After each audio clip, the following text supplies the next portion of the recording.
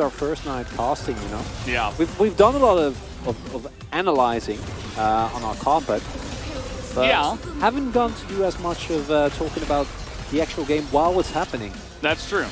Generally, we were talking with each other. Yeah. As Owner is here, and they're not necessarily going for a dive. Now they will go for it, but it is Set, who is quite tanky, but it does not matter. No W does come out, and Owner is level 6, so he's able to survive very well. But here comes the rotation coming out already. UmTi able to capitalize on that. Gumayusi is way behind enemy lines here. No way he's going to take out Henna either.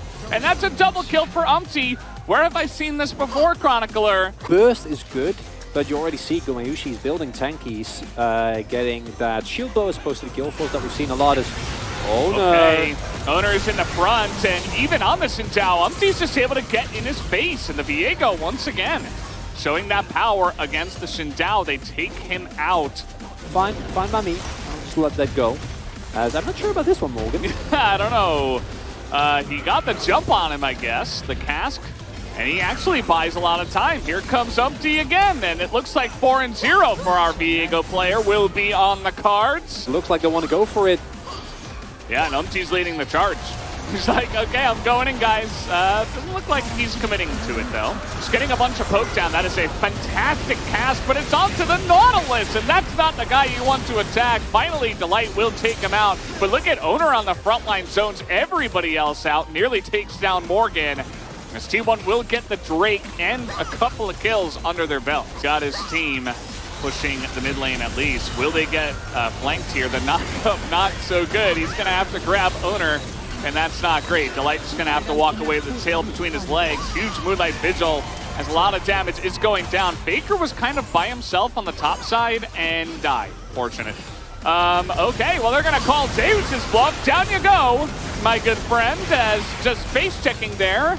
Not quite yet the Meganar. And so he will take an immense amount of damage. Owner is also getting shredded to pieces. Yes, your support will go down. This is a 2-for-1 trade with Mountain Drake alive. And now you can just rise ultimate over there. Will really pay off, but Beauty of Void stuff, of course, is always good as Faker. Uh-oh, there's the 2-second root, and you're dead. And, you know, we've talked about Zeus getting caught out. That's Faker getting caught out, and he's no rookie. That's unfortunate, you know, not playing around the vision. Fred at Breon. Okay. And now they will call your bluff. There's not much of a bluff to call. There's so much calling, Velda. I know. There's so many layers. It's like Inception. I don't get it at all. And here we go. The Baron has started up. Morgan in a wonky spot, but it's okay. He's the tank. He's the Gragas. You see they're taking a lot of damage. They don't necessarily have a big tank to tank this Baron, as Delight is trying to frontline here. Gets knocked up, as they will be forced to hop off of the Baron. Good enough. Not only the Faker pickoff being enough, as wow, okay, Faker's angry. It's a free turret, right? Why wouldn't you go for that? I say, as a, no, never mind. Gonna delay it for a little bit. Yeah. As Lava's still clearing.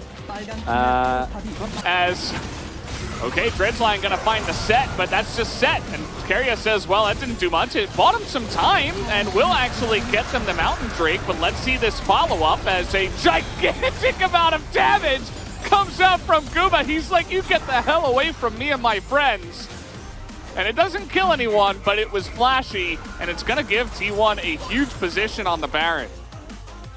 Really, the thing that Keria did there was use Delight as terrain just so he could ult Hannah. Because Hannah was forced to immediately Gale Force away, make sure that he wasn't engaged on, and that was the only space that T1 needed to go and get the Dragon. Subsequent re-engage for Fred O'Brien was thoroughly ruined by Gumayusi getting such a big pickoff. Oh no! Morgan's just here and it's stolen! That's gonna be UmTi getting into the pit, and he takes down the Baron. The curtains are opened. I love that. Opening up early. He's just gonna hold it. He's waiting, and wow, that's a lot of burst DPS into the enemy jungler, and that's going to be Fred Breon getting the Dragon. And no Meganar comes in for a long time, but Owner's getting so much work done on the front line. Does not take any damage from Lava, and down will go the Jin. And this time around, Faker's in position to do his damage, and the carries are finally online. Lava's trying to kite them all out. He's bouncing the damage. Delight comes back in. Can Lava actually survive? No, he cannot.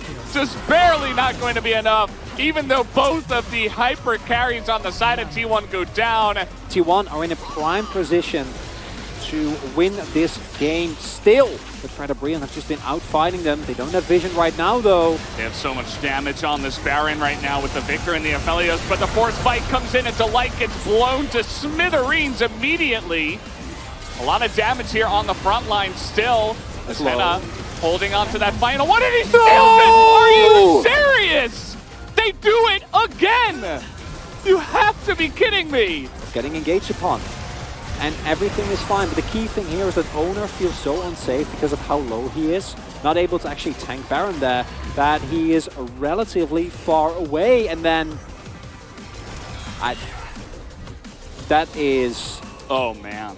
Actually insane. Did he do 2,000 damage? No, I think it's 1,400 something. So, like, there was actually no opportunity. There was no way. Carrier tried to... because they're all blocking for Owner. Yeah. Wow.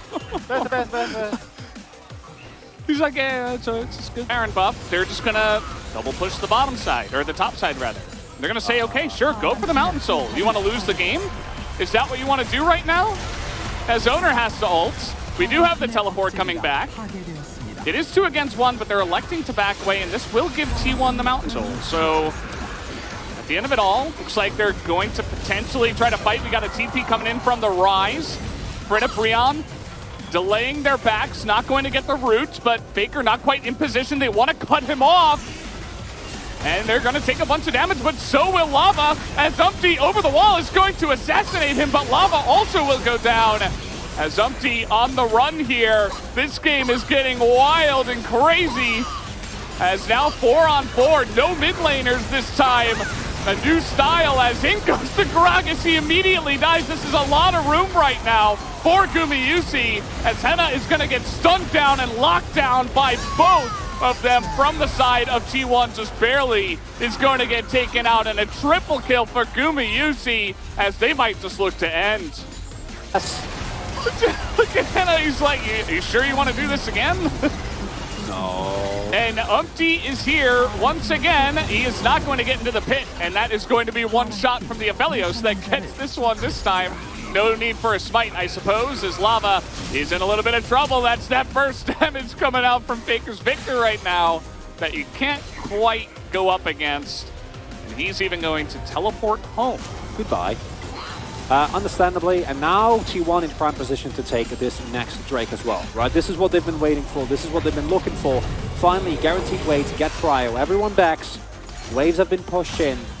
And utilize this moment to finally get the Elder. Finally put a coffin, or a nail in the coffin rather, of Fred and Brian, who have been fighting ever so valiantly for 45 minutes.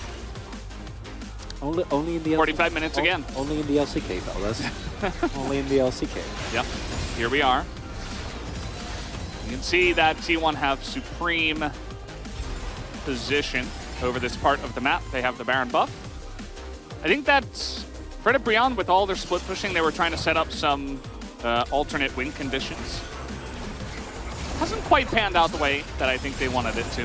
No. Because now they're not really in a great spot. Here we got Meganar coming up, and you see that UmTi has no real hope of getting in there. He's just going to try to frontline, and down he will go as knocked into the wall will be the two of them. It looks like T1 will finally go ahead and win the game as they ran into so many obstacles, multiple Baron steals, multiple team fights that were kind of botched, but they're going to get the job done in the end, Chronicler.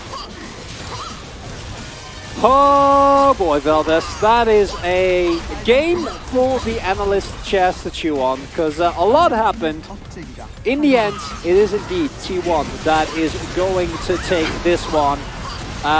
But I can't imagine that this is what they expected their day to be. All in all, What a game! What a game. I'll leave it to you to choose the player of the game, because I have no idea. No. It is going to be T1 taking the victory, 46 minutes just about into the game, 20 to 13 kills. I think